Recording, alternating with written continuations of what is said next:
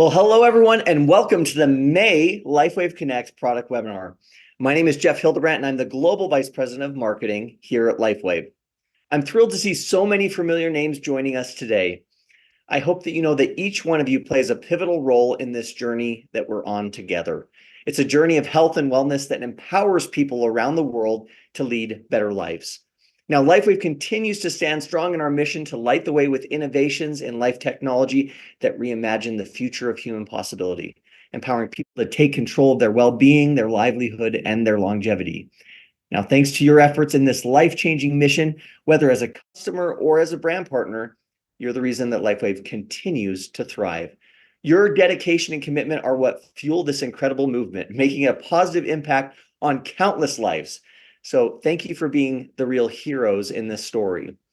Now, today we have a particularly exciting session lined up for you. Our founder, CEO, and the brilliant mind behind our technology, David Schmidt, has prepared an incredible presentation on carnosine. So this opportunity to dive deep into the science and benefits, and I encourage you to take notes and think about how this could enhance not only your life, but the lives of those around you. Now, please feel free to submit your questions at any time in the Q&A section. We'll address as many as we can towards the end of the webinar, but we do get a lot of questions each week, so it's hard to get to all of them. So now, without further ado, let me introduce a visionary leader and relentless innovator, David Schmidt. David, the floor is yours. Jeff, great to see you. It's good to see you too. And it's wonderful to have our brand partners from all across the globe on with us today. And this should certainly be a very interesting Lifewave Connect. And I will start out by saying that we have never done a Lifewave Connect webinar quite like this before. Also, I think it would be fair to say that while you did say this was about carnosine, we're not really going to start with carnosine today. I promise that we will talk about it, and there is going to be product training on carnosine, but we're going to start from a rather unusual place. Well, I've been excited. You kind of teased this to me a couple of days ago, but I don't really know what's coming. So I'm going to have my notepad out as well, and I'm excited to hear all the good stuff too. What I want to talk about today is how to be a real life superhero. Now, Jeff, this is going to come as a shock to you. But when I was a kid, I wanted to be a superhero. I What? know that's difficult to believe.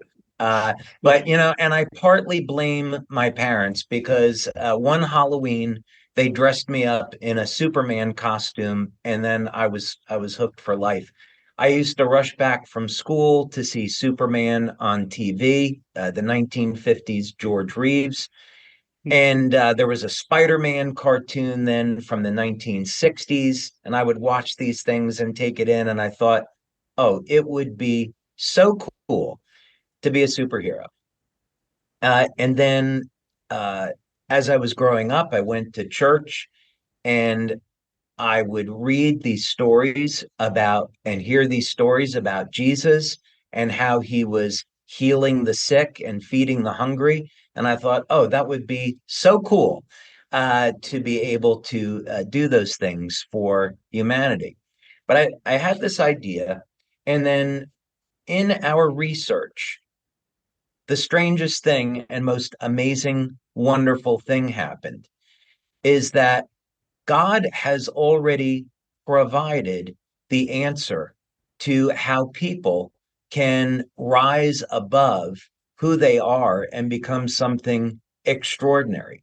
Now, of course, the main reason to read the Bible, the main reason is of course eternal life and salvation, how our sins can be forgiven, and how we can be redeemed. That would be the main reason. But what's extraordinary is what we found is that there's actually numerical codes that are in the Bible.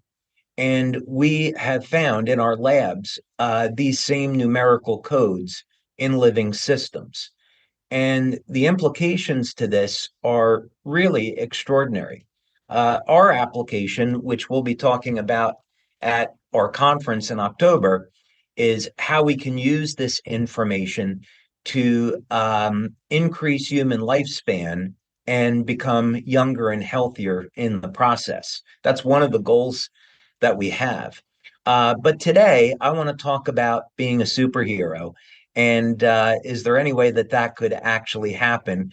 And I know that would be of interest to some people. But for those that aren't interested in being a superhero, it's okay because you're going to find a way to dramatically improve your strength, stamina, endurance, and overall quality of life. And whether or not you want to use that recreationally, professionally, or just to have a little bit more energy in your step to get through the day, it applies to everyone. And as a consequence, you can be healthy and strong throughout your entire life. So that's what we're actually going to talk about today. Well, I think it's fantastic. I have a golf tournament coming up, so I need this. It's particularly timely, so I can make it through all 18 holes. Okay, that sounds great. I have complete confidence in you. Well, let's go ahead and get started with that as a background.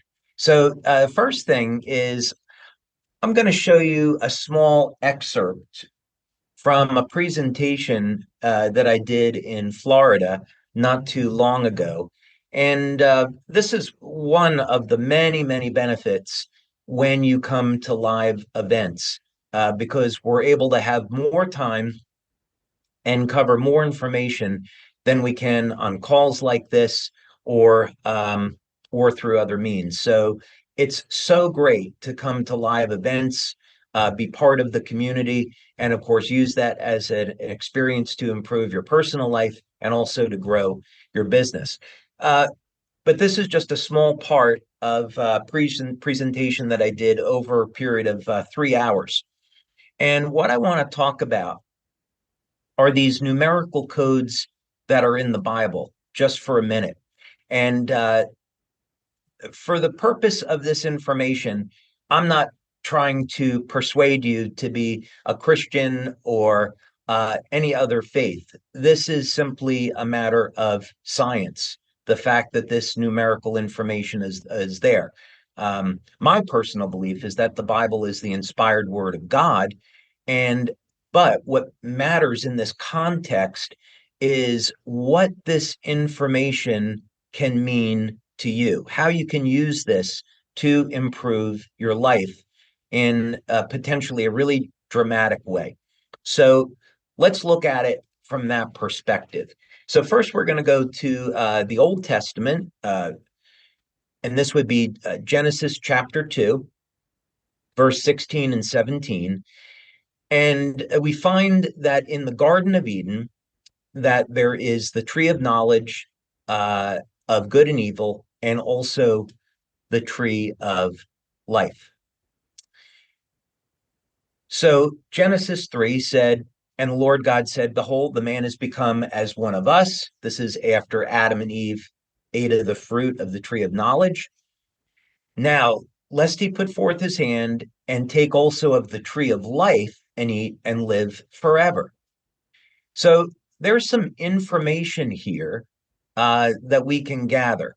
So if we just put aside any of our beliefs, if we were to assume that the Bible is indeed the inspired word of God, then what we would gather from this is that originally human beings were designed to be immortal,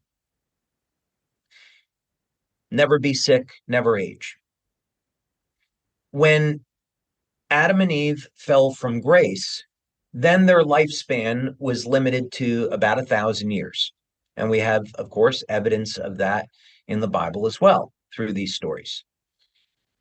After the fall of mankind again, with the great flood, God says, okay, well, now I'm going to limit your lifespan again. Let's say it's to 120 years. So, what can we learn from this? Well, what I've been doing is looking at the book of Genesis in the original Hebrew and then using a process known or something known as gematria, converting Hebrew over into numbers. So both Hebrew and Greek those letters and words can be converted over into numerical values. And there's a history behind this that we won't get into today. But what I wanted to focus in on was literally this phrase, tree of life. I'd have thought, well, maybe the answer to stopping aging could literally be found in this story about the tree of life. So we know that when Adam had a son, he was at 130 years of age. Adam died at the age of 930. And this, of course, is after the fall. So in Gematria, so here is the Hebrew alphabet, and you can see that each character, each letter is associated with a number. So it's a very simple process. You can do this with an online calculator of converting a word or a phrase over into a numerical value. So in this particular case, what we want to do is go back and look at literally this phrase, tree of life. That's I used an online converter, and this is what it came out with in Hebrew. Use a calculator again online, or you can do this manually, and you see that this phrase, tree of life, is equivalent to the number 159.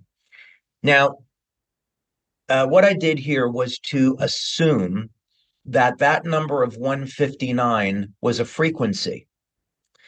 Now, there is a very simple way of converting frequency over into wavelength.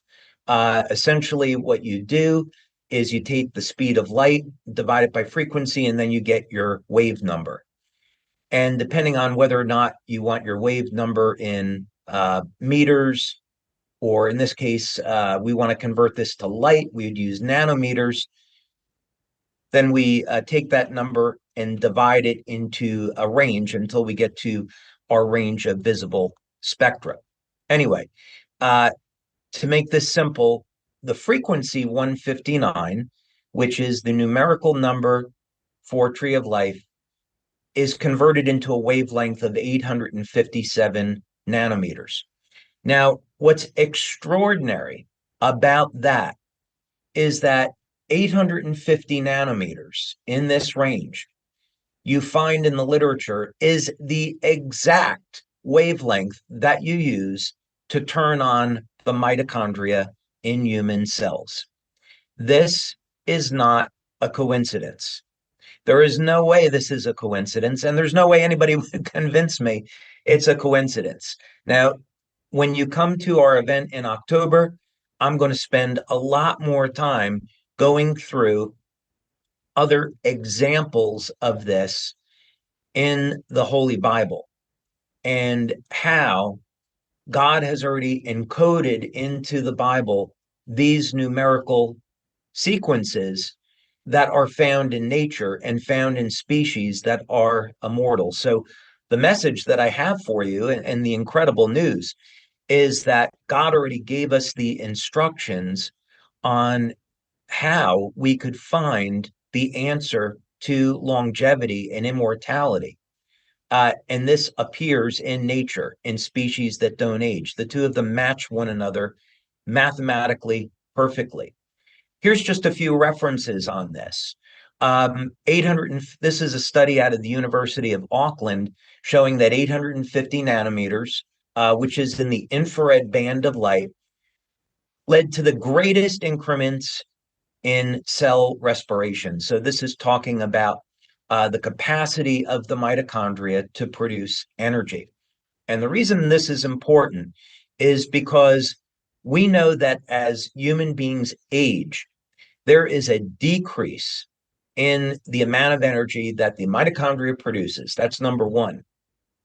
Number two, what's been found time and again by researchers all over the world that are looking for ways to improve mitochondrial function. This could be by increasing the compound NAD, it could be through the use of acetyl L-carnitine and lipoic acid, variety of methods, is that as the mitochondria increases its energy output and becomes more youthful, the genes of the cells change to a more youthful state. So the message here is you turn on the mitochondria, get the energy production up, and the cells in our body start to act like younger, healthier cells. So it's not a huge leap to say that the tree of life contained compounds to turn on energy in the mitochondria that would prevent the cells from degenerating. And we see this in nature already. So it's already happening in certain species. Here's just another quick example of a study that was done on photobiomodulation using 800, 850, and 1064 nanometer light, showing significant stimulation or enhancement of mitochondrial function. Also, improvement in circulation. Here's another study that shows that 850 nanometers can be useful to reduce muscle damage, pain, and muscle atrophy. So here's a great example how we can use this information today to improve your athletic performance. So imagine you're an athlete, or imagine you're someone in your 50s or 60s, and you want to naturally improve your athletic performance. Here's a way of doing it drug-free with light. So the implications to this are really extraordinary. Now, what does this have to do with carnosine? Well, before we get there, I started off by saying, well, what if you wanted to be a superhero? How would we do that? Let's use another biblical example for the moment to show that this has already happened in human beings. And we'll go back a few thousand years to the story of Samson. Now, we think of Samson as someone who was the strongest person that ever lived. But another story about Samson that's incredibly compelling from the point of view of biology is that he fought and defeated 1,000 men. You must have had to have an extraordinary amount of stamina to fight and defeat 1,000 people. Again, assuming that we can take this story literally, which I do. The question is this true? And if so, how would it be possible? I have some great news. We have an example of someone that's living today, and there's actually many examples. I'm just going to pick one person who gives us an indication that these types of extraordinary feats of stamina are true, and we know how to replicate it. So we're going to talk about this fellow, Dean Karnazes. And the reason to take a look at him is that what he has achieved in his lifetime is extraordinary. He has a genetic defect that, among other things, has allowed him to run 50 marathons in all 50 states in the United States in 50 days consecutively. I know that's something that I would never hope to be able to do. How did he pull this off? What exactly is going on with him? Well, let's go over to the Wikipedia page, and I want you to take a look at some of his highlights. He was able to run 350 miles in 80 hours without sleep. And he did that back in 2005. He ran a 199-mile relay solo. He also ran a marathon to the South Pole, and on and on. It's been said that he could run 60, 80 miles at a time just during normal exercise without any trouble at all. Back in 2006, we had a gentleman on our staff, Stan Cottrell, who was friends with Dean Karnazes and also was an ultra marathon runner. But what's interesting is that he has been studied, and what was found about his genetic defect is that his body did not produce lactic acid in the muscles. So what would happen is that normally when we exercise, our body is going to reach a point where we're going to shift from aerobic to anaerobic metabolism, and we're going to start to convert food over into energy. And as a result, we're going to get lactic acid that's being produced in the cell. And this acid has an interesting impact on our biology. On the one hand, it's going to introduce fatigue into the muscle, but lactic acid is also a very powerful growth factor. So if you're someone that wants to build muscle, what's been found in studies is that if you introduce lactic acid to muscle tissue, the muscle tissue grows. So this is why it's important that when you're exercising, when you're doing resistance training, that you want that burn. You want that lactic acid because it's going to allow your muscles to repair and grow.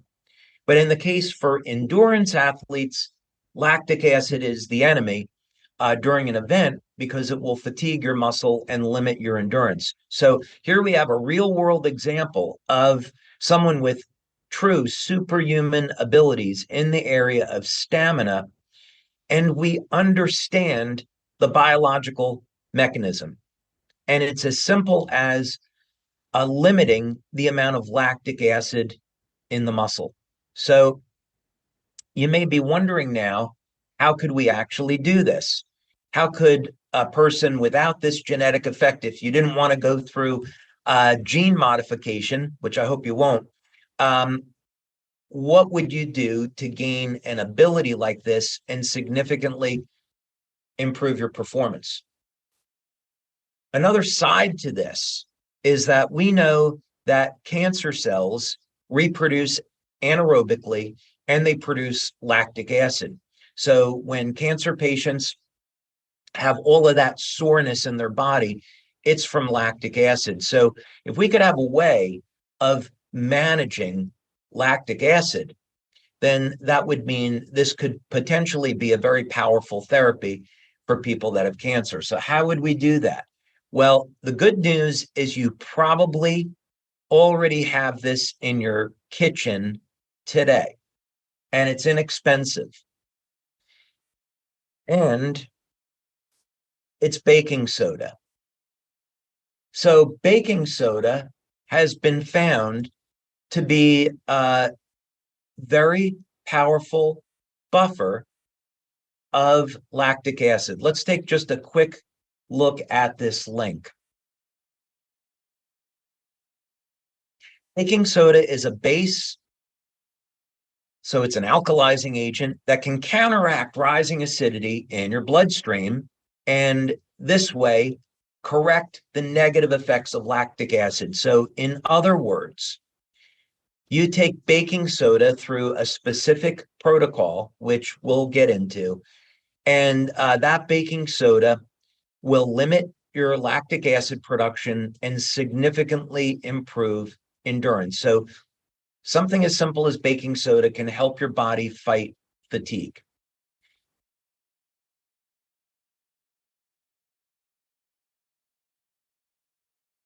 So here would be a link that you can look up on exactly if you wanted to try this protocol, how you could use just something as simple as baking soda to improve athletic performance or to use it therapeutically.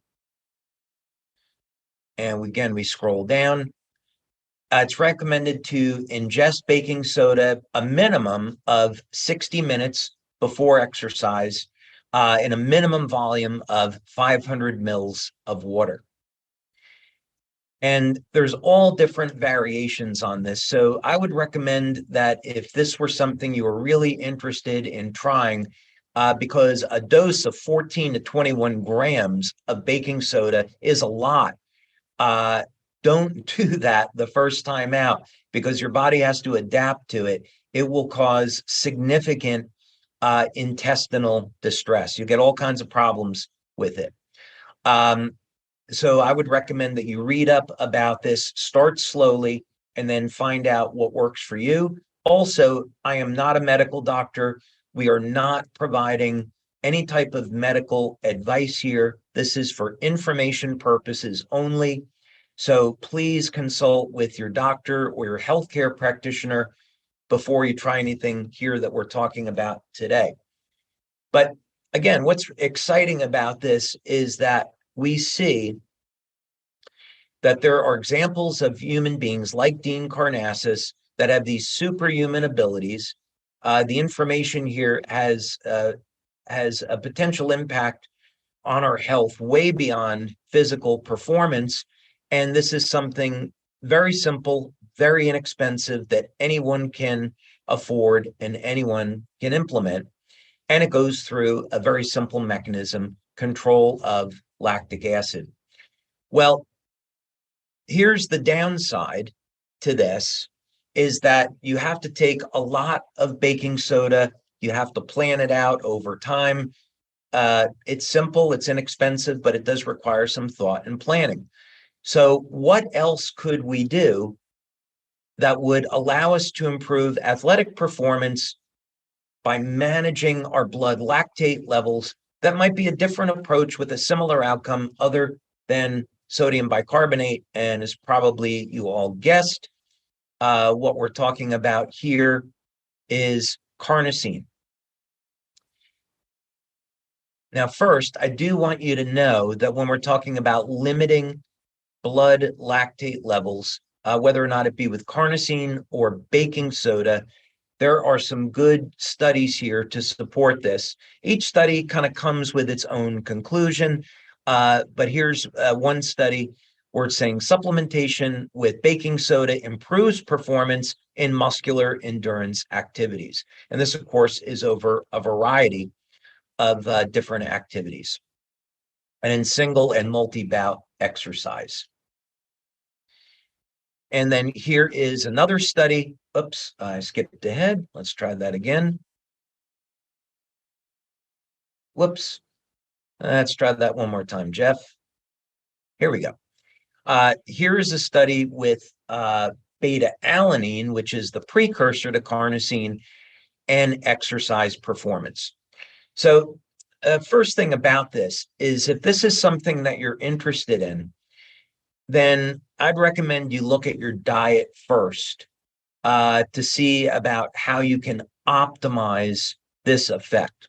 What that means is that if you have a diet that's high in dairy products and red meat, you may be getting enough beta-alanine in your diet. Carnosine is made from the amino acids beta-alanine and histidine. And beta-alanine is found principally in red meat. It's not found to a great extent in vegetables and fruits. So if you're a vegetarian or a vegan, I would recommend that you supplement with beta-alanine. It's very inexpensive. You could take as little as 500 milligrams to 1,000 milligrams daily. Some people have a little bit of sensitivity to beta-alanine. Some people, you'll get a mild itch from taking it. This is just an improvement in blood flow. Some people may find that it's causes a little bit of discomfort, but that's rare. But start out with, let's say, 500 milligrams and see how you respond. But typically in performance supplements that are on the market, you might find 1,500 milligrams. So the dosing is considerably higher than that. But you need the beta-alanine in order to make carnosine. And of course, we have a patch to increase carnosine. So when you're seeing beta-alanine being used in studies, this is for one of the purposes would be to increase carnosine. Now we know carnosine is found in the muscle. It's also found in the cardiac tissue, in the heart, and it's also found in the brain. So carnosine is incredibly powerful. If your goal is to improve athletic abilities, the other benefits you're going to get out of this is to support the health of your heart. And carnosine also acts as a nootropic. We did a study showing that use of the carnosine patch for 30 days improve cognition. We're actually able to reverse, in this pilot study, age-related cognitive decline, meaning when we took a population of people over the age of 60, we saw that their ability to process information, the speed of processing, also memory, improved in 30 days with the use of the carnosine patch. So carnosine has many, many health benefits. The one, of course, we're focusing in on here today is exercise performance. So here is a study where it's looking at the use of beta-alanine as a supplement to improve carnosine, and then use this to improve exercise performance. We'll take a look at another study, prospects of use of functional ingredient for functional food formulation. So I found this interesting, is that in this study, the researchers wanted to look at including beta-alanine or carnosine in a food, and using that to improve athletic performance and also have an anti-aging effect. So people are looking at this from a variety of different ways, but with the same outcome. Now, here was an interesting study that I found that I wanted to share with you. And this one was a paper that was written on the use of beta-alanine supplementation relating to exercise and training. And you can see this came from Ghent University in Belgium. And we'll scroll down here and over back to the abstract. And the reason I wanted to point this out was because this had a very nice disclosure in the abstract of some of the many ways that carnosine can improve overall athletic performance and overall health. So, but generally, as you can see over here, carnosine may attenuate acidosis by acting as a pH buffer. So this is what shows up again, is, in other words, the believed method of action is that you have a high concentration of carnosine in the muscle. So once someone begins to exercise, this will buffer the pH, it buffers the lactic acid, and endurance and strength ultimately end up improving.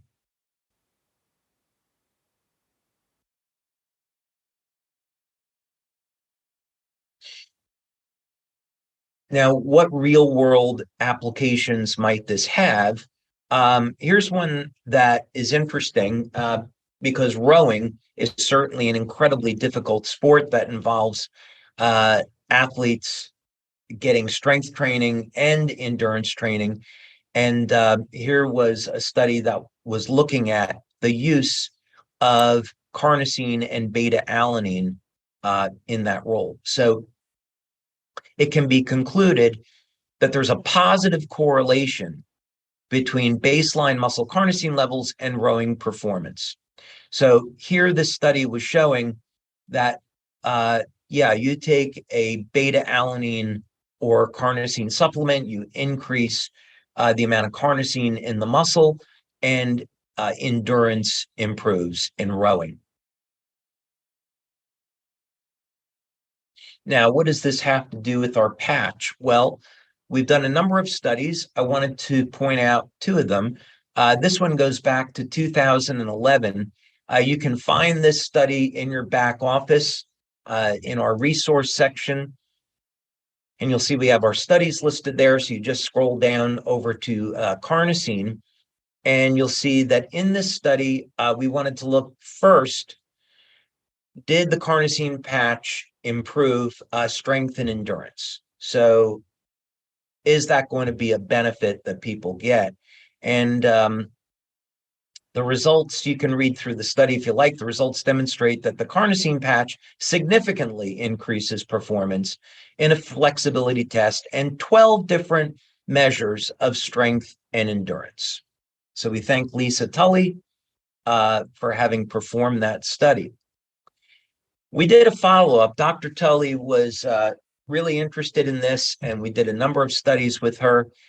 And we wanted to show through one study that the mechanism that we were getting out of the carnosine patch was the same as what other researchers were finding with carnosine. Number one, that carnosine was lowering blood lactate levels. And so here we set up a pilot study to demonstrate this. And again, if we go down to the results, there was a significant difference between baseline and treatment groups for the heart rate over here. You can see we took a couple different measures, and the results demonstrate that the carnosine patch significantly decreases the lactate threshold and heart rate. So, in other words, the use of the carnosine patch is consistent with supplementing with beta alanine for increasing carnosine levels. In other words, you put on the carnosine patch, and it's going to lower blood lactate levels, and then that effect improves flexibility, strength, and stamina. So, Jeff, what this means to me is we have so many athletes today that are, unfortunately, they think they have to resort to anabolic steroids or other unsafe performance enhancing drugs. And there's a way that is natural, whether or not it be through carnosine or sodium bicarbonate, natural, simple ways that they can improve strength and stamina and reverse some of the negative consequences of aging, and do it inexpensively and do it safely and do it in harmony with nature. And maybe even like Dean Karnazes, get some superhero-like results. So that would be my message today. That's just incredible. I mean, the distance that he can run without without any issues is mind-boggling. David, just really quick, wanted to apologize to our community. There was someone in the chat who was saying inappropriate things. He was removed several times. But we apologize for anyone that had to read or see those things. We want to maintain a professional environment, and we'll work on that going forward to make sure that those things don't happen. Well, I didn't see that. I was involved in the presentation, so I guess I'll talk to you later. Yeah, no, thank goodness. So, David, a couple of questions have come in. So one thing that I think I would really love to hear, especially with it being the 20-year anniversary, I know that each patch that you develop and work on kind of has a story. Is there a story behind carnosine and the development of that patch and how it came to be? Yeah, absolutely. So looking back in time in 2005, and David Jumper will remember this because he was actually in our office, and I said, well, David, I have a new patch here. Would you like to try it? And he tried it, and he got an effect right away. And that was actually the glutathione patch. And what had happened was we were at market with Energy Enhancer, Ice Wave, Silent Nights. And I started thinking, I wonder if we can use the technology to synthesize peptides. And glutathione was the first one that I tried. And of course, that was successful. And we had just gotten back our blood test, a urine test. And we saw that the patch was doing what it was designed to do. So from that, I thought, okay, well, if it elevates glutathione, what other peptides might we want to look at with this technology? So I began to do some research, and I came across a study that was done on carnosine that that really got my attention. And in this study, it was shown that when mice were given a carnosine supplement, two extraordinary things happened. The first one was that the lifespan of the mice increased by 30 to 40%.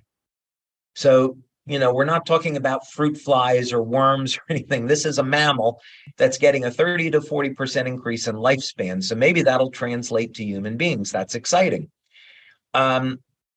Secondly, what we saw in that study that was published was that the mice did not age in the process. So it wasn't until the very end of their lives that they began to age. So this would be like in a human being, if you were living to be 120 years old, but you look 30, and then you didn't start aging until 120. And then maybe you died at 125.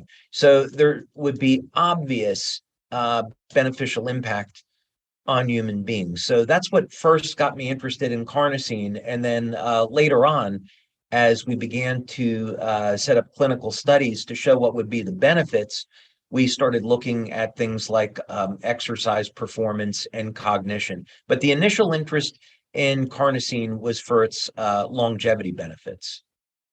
Very cool. We have several questions in the chat kind of related to carnosine in general and the impact on eyesight. Are there any studies around carnosine and eye health? Are many studies on that. We don't make any claims because carnosine is used medicinally in the form of eye drops.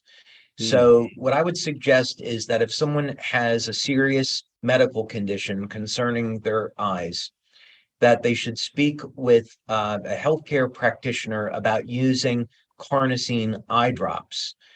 And that has been shown to be safe and effective in treating a number of medical conditions. It's nothing we've studied, so we don't have any idea whether or not carnosine patch would be useful for that application. But certainly, carnosine is found naturally in tears. And glutathione is as well. Glutathione definitely helps support the health and the function of the eyes. But for medical side of it, if I had an issue with my eyes, I would be speaking with my doctor about carnosine drops. I'll put it that way. Oh, very nice. Okay, so there's some just really basic questions on carnosine around, what's the best time to wear carnosine? What are the best patch placements for carnosine? I'm wondering if you could speak on that for a minute.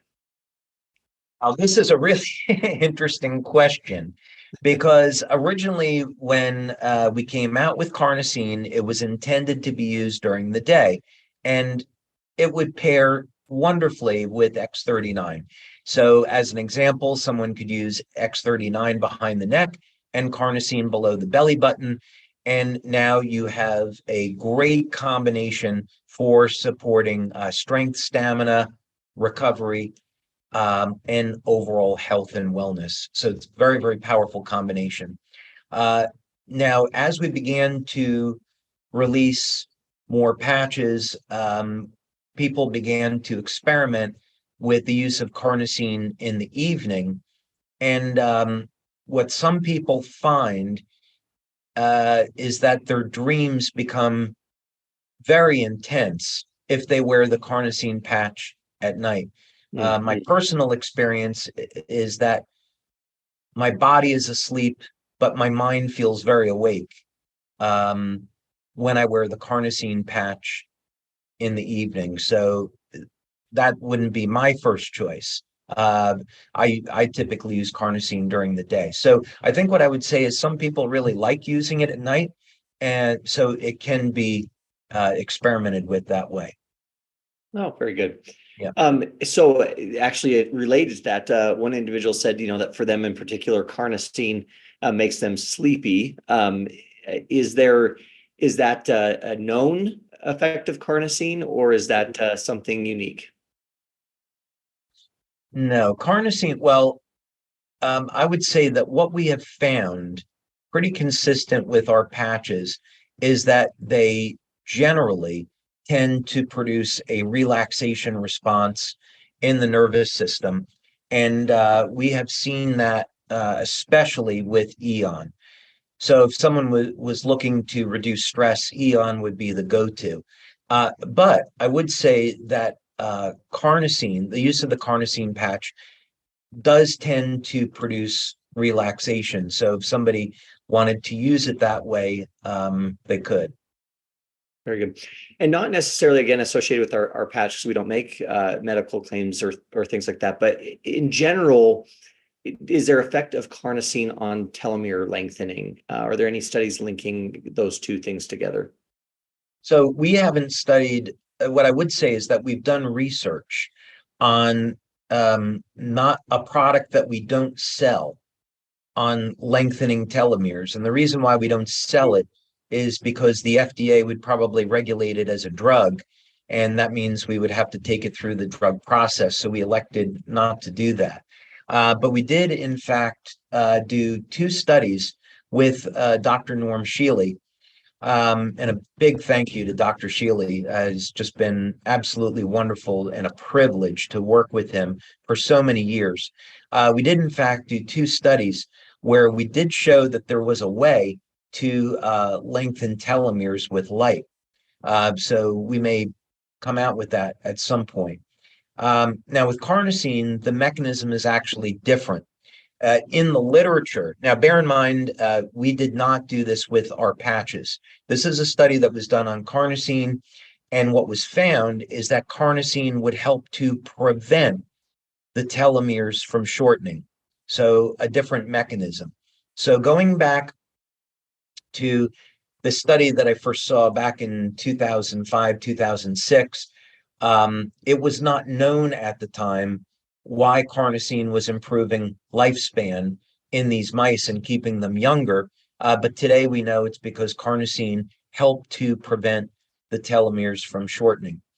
Now, telomere lengthening, preservation of telomeres is an incredibly important part of solving the problem of human aging, but it's certainly not the only component. There's several other components. And when people come to the event in October, they're going to hear more to that story. But that certainly has been an area of interest of ours. We have studied it and we have found some solutions using light to lengthen telomeres. So carnosine, if people took a beta-alanine supplement to elevate carnosine, that according to the literature, that potentially helps to preserve the telomeres. So that's a way of lengthening lifespan. Very good. There's an individual asking, is there anything around, can they wear 2 YH patches at the same time, not wear 2 YH patches at the same time, meaning glutathione, carnosine, or Eon? We did a study with 2 medical doctors in Australia. Where actually in that study, individuals were using glutathione, carnosine, and Eon at the same time, and they actually found a beneficial effect on the health and the quality of the skin. So we don't see any evidence that you couldn't do it, and in fact, using glutathione, carnosine, or carnosine Eon together should be perfectly fine. Very good. So I think you talked a little about this, but in some cases, a supplement of carnosine might cause gastrointestinal discomfort, bloating, gas, those things. Have you seen any of that in the studies with the carnosine patch? Actually, I was referring to baking soda. So supplementation of beta-alanine does not cause discomfort in the stomach or the intestine, as far as I'm aware. But it would be something very common with baking soda if you take too much. You also see these effects with some amino acids. So, for example, the amino acid ornithine, the amino acid arginine. If you take too much of that, like let's say doses of 5 grams, that can cause very severe gastrointestinal issues. Let people figure out what that is. But with beta-alanine, the issue is more of a flushing of the skin. And this would occur, let's say, with dosing of maybe 800 to 1,000 milligrams. It doesn't affect everyone, but it will affect some people. So that's why I'd recommend starting maybe with 500 milligrams. And if someone tolerates that well, then they could move on to a higher dose. Very good. Yeah. Now, in some of the instructions for use, it talks about wearing carnosine, 1 to 3 days per week. Is there a particular reason on that? Can you speak to that a little bit? Well, when we came out with the carnosine patch, we didn't have a broad line of products. So we would, in our studies, look at the use of the carnosine patch 5 to 7 days per week. Now, glutathione has a very short half-life. It's of about 7 minutes. So that means if someone were to get an IV of glutathione, that glutathione goes in and out of the body in about an hour.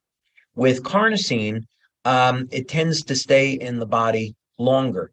So we recommended that if people were not exercising, yeah, maybe 3 days, 5 days a week is fine. If you're exercising, maybe a little bit more often.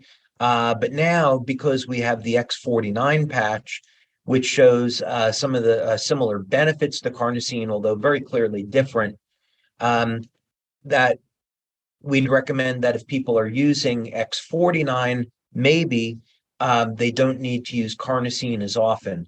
Uh, so this is something for individuals to experiment with. We currently don't have a study comparing X49 to carnosine. It's one of those things that's on our to-do list. Oh, very good. All right, someone's asking just a general question on, now that we have expanded the patch line and there are multiple options, is there a recommended number of patches that you would say that someone should be wearing at one time, with the full line? Yeah, I would say it would be for someone that is new to Lifewave, I would recommend starting slow, maybe just one or two patches, depending on what it is they're trying to do. And also, each person's situation is going to be different. So if someone is interested in pain management, the patches that they use and the number of patches might be different from someone that is generally healthy and only wants to improve energy and athletic performance. So it really depends on a person's circumstances. For overall health, you don't really need to go crazy with these things. So my typical protocol, as an example, would be X39 behind the neck, X49 below the belly button, and then a set of energy patches, which I move to different locations on the body. That would be very typical for me. And then I'm always experimenting with different patches for use in the evening, although Eon is mostly my go-to. So you don't have to, you don't have to have 10 patches on your body. It's not necessary, don't complicate it. And you don't need to use multiple patches of the same product most of the time. One X39, for example, one carnosine. That's Yeah. what we use in our studies, and that's what we find is effective. Oh, very good. Now, as you were talking about beta alanine and the supplementation aspect, the question always comes up, well, we know you're coming out with a supplement. Can you tell us more about it and when and things? Is there anything that you want to share on the upcoming supplements? Well, I'd say, you and I have had a fun time with putting together, the formulation, the marketing behind this. We did have the intention of releasing this in January, and unfortunately, we had a vendor that we were going to use to make the formula, and they didn't pass our inspection, so we had to start over with a different supplier. So that's been the reason for the delay.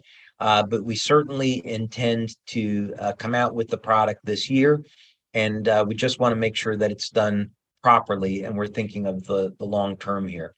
But you can find information about the product online, and the intention of the supplement is number one, to support the activity of our patches and also support the health and vitality of the stem cells in the body. That's the intent. Well, very good.